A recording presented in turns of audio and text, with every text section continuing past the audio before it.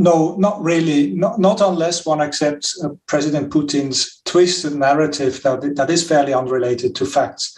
I'm surprised that even in Western Europe, the argument is put forward or is accepted that somehow this war is a reaction to an aggressive eastward expansion of NATO. I think that overlooks that the Eastern European states are sovereign states. Entering alliances is an element of state sovereignty. They wanted to join NATO, and so does the Ukraine. And actually, the current development makes it very obvious why these states want to join NATO.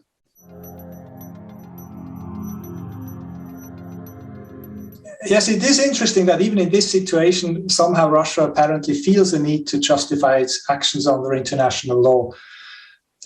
Yet these actions, in fact, are straight out of the playbook of a war of aggression. I think there's no justification under international law. First, Russia stoked ethnic conflict in a neighboring region.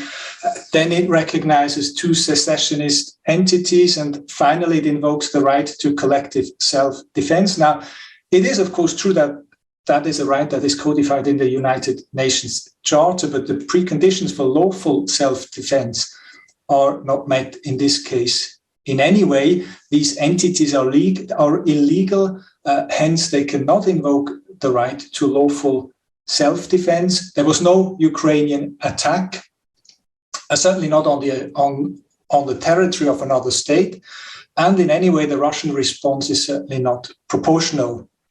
Also, actually, a situation of self-defense should be immediately reported to the UN Security Council.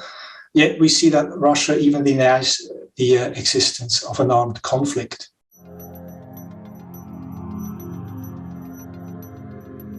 Well, it is a fundamental principle of the United Nations. It's codified in the United Nations Charter, Article 2, Paragraph 4, that the use of force against the territorial integrity of a state is illegal. Since the Second World War, even before the Second World War, occupation as a way of acquiring territory has been banned under international law. And that is the reason why, for instance, the annexation of the Crimean by Russia in 2014 was also illegal and has not been recognized internationally.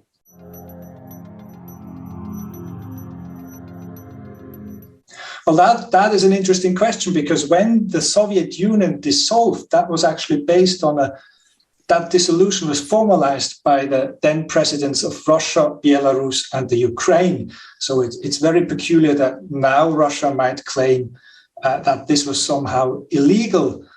This dissolution took place in accordance with the existing borders of the former Soviet Republic.